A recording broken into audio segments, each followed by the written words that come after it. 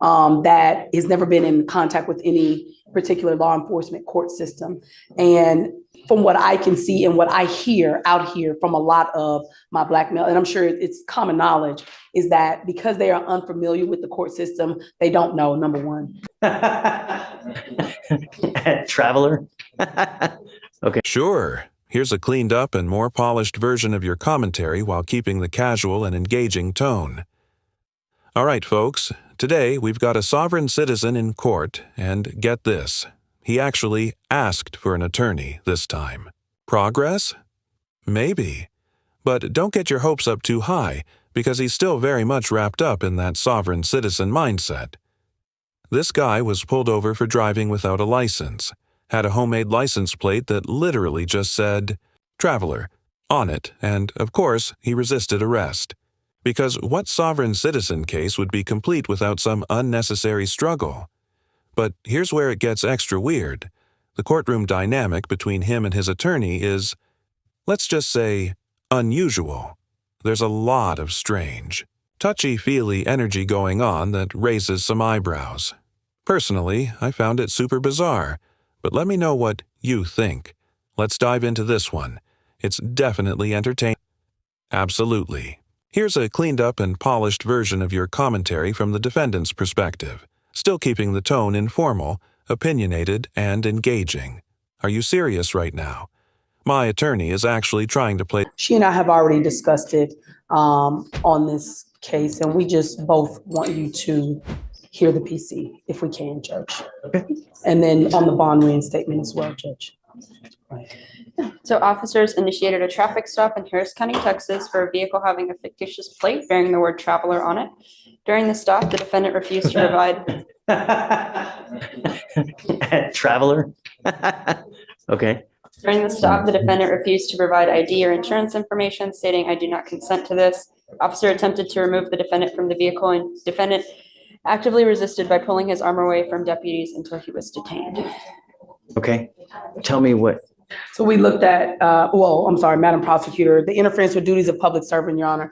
Even if my client is failing to give them that, then it is an arrestable offense. But in this situation, it is, Judge. However, in this particular situation, he didn't interfere with anything in terms of his own arrest. I can, if it was a resisting or something to that effect, I can. They're just trying to get him out of the car. I don't disagree. It's classic sovereign case where got the license plate, think that traveling by right is what I think how they term it.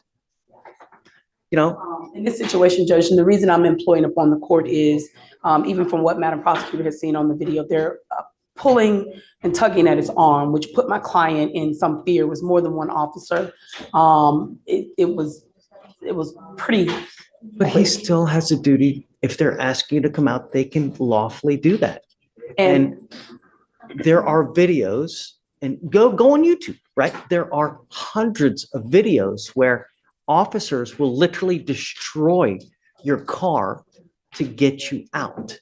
When you get into a pissing match with a person who has the power of arrest, who's going to win, Mr. Daly?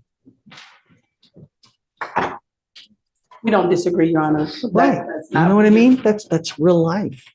We don't disagree, Your Honor. I think under the circumstances of what actually happened, it was not Mr. Daly's position to resist or to interfere. That was not. He was concerned for his safety at that point. And actually, I don't know, did you hear that on the video? Right.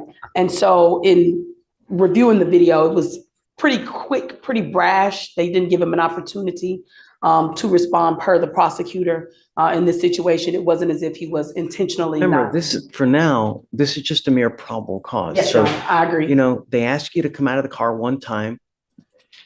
Yeah, it's really that's. So, I think that there's enough probable cause to go forward now. The problem is, Mr. Daly, is that we revoke your bond. Your bond is set at 2501, and you've continually failed to appear. So, the case and the way that you've treated us, it shows me that you just refuse to accept authority. How are we supposed to deal with that? How do we deal with that, Timberland? Your Honor, the only reason I bring to your attention is I asked the court to take into consideration, we have a Black male works every day who, and I hate to put that on the court, but I do in this particular climate, that has never been in contact with any particular law enforcement court system. And from what I can see and what I hear out here from a lot of my Black male, and I'm sure it's common knowledge, is that because they are unfamiliar with the court system, they don't know, number one. Number two, when they do come in contact with police, and my mother is assistant chief of police. So I can understand, even when I was younger, I was taught that there are certain things that you have to do with when a police officer even stop you on a speeding ticket. What we don't know is whenever these officers come up, when you're somebody who don't have the privilege of having a police officer as a parent, or who isn't familiar and is being raised in this particular climate and seeing what they see on TV and seeing what they hear and everything that has occurred, you don't know what the proper steps are. I was trained from when I was grown up, what you do. I'm not saying that what he did was right or wrong. I'm not saying that how he reacted to this particular court, it is wrong. However, I'm employing upon the court to ask the court to take into a little bit of consideration, number one, the race card in court. And, believe it or not, that's not even the wildest thing she's doing.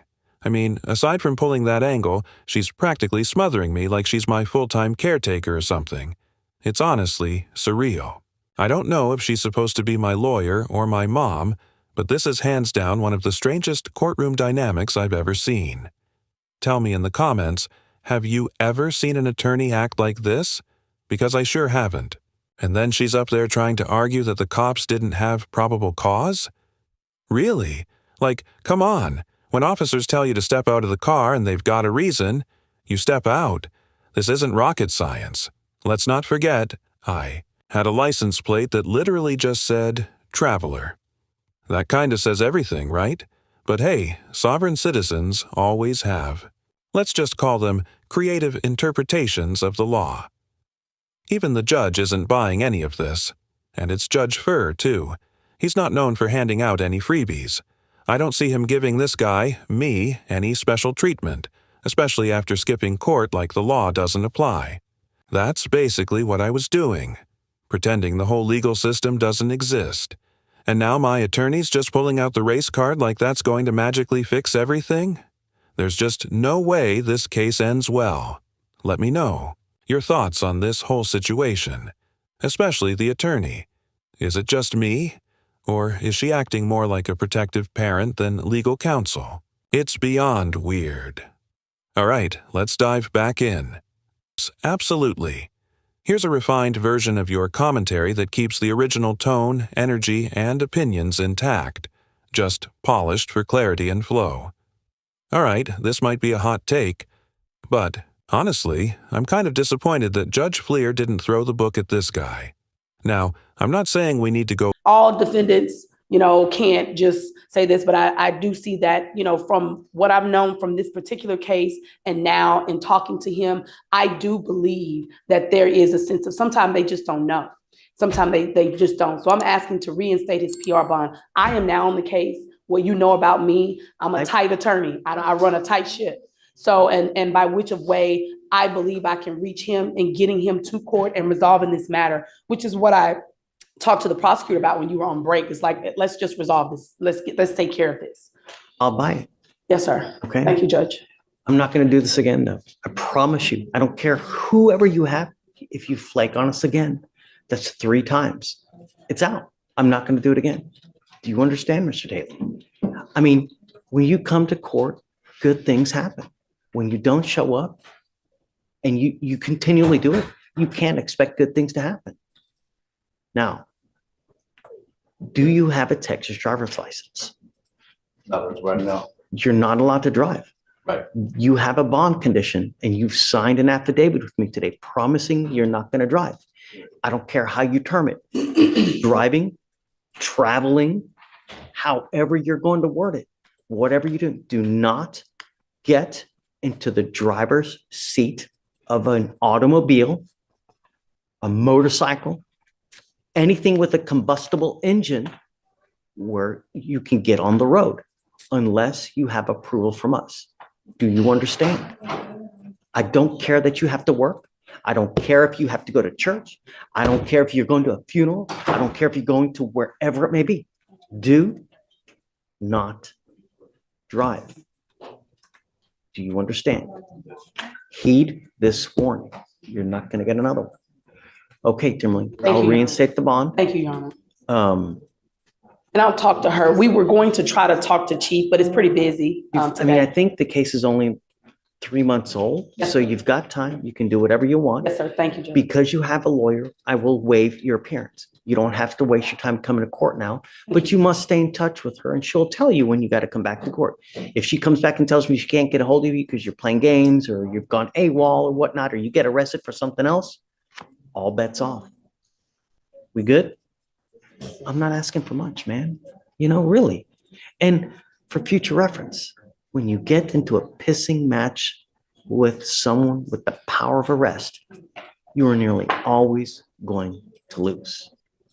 It's just the way it works. And as a young Black man in today's society, you got to be extra special careful because things can go really wrong really quick. And there's evidence of that over and over and over. Order on every sovereign citizen that pops up, but come on, this guy, he skipped court, resisted arrest like his life depended on it, and was driving around with a license plate that looked like it was made in Microsoft Paint. In most situations, failing to appear in court alone can land you additional charges, or even a warrant under contempt laws. Add resisting arrest to that, and you've got a case that's just begging for a harsher sentence. But instead, he basically walked away with a slap on the wrist. Personally, I think this was the perfect opportunity to send a message, and it just didn't happen. Let me know what you guys think, but what really stuck with me was how that attorney was all over him, like literally smothering him. I've seen some odd client-attorney interactions before, but this was next level. I don't know who she is, I've never seen her before, but that courtroom vibe was one of the weirdest things I've ever watched. Super unprofessional in my opinion. Maybe it's a Texas thing? I don't know. If anyone from Texas is watching, feel free to weigh in. But seriously, it was strange. Entertainment-wise, though, this case had it all, even if the guy barely said a word. His attorney pretty much did all the talking, and not in a good way. She even pulled the race card, which, look, I'm not racist at all, but that argument just didn't fit here, not even close. I mean, this dude literally had a traveler plate. That says everything you need to know. Anyway, I'm going to wrap it up here before this case makes me lose any more brain cells. If you enjoyed the video, make sure to like and subscribe for more content like this, and please drop a comment with your thoughts, especially about that attorney. That's the part that really blew my mind. Thanks for watching. Take care, everyone.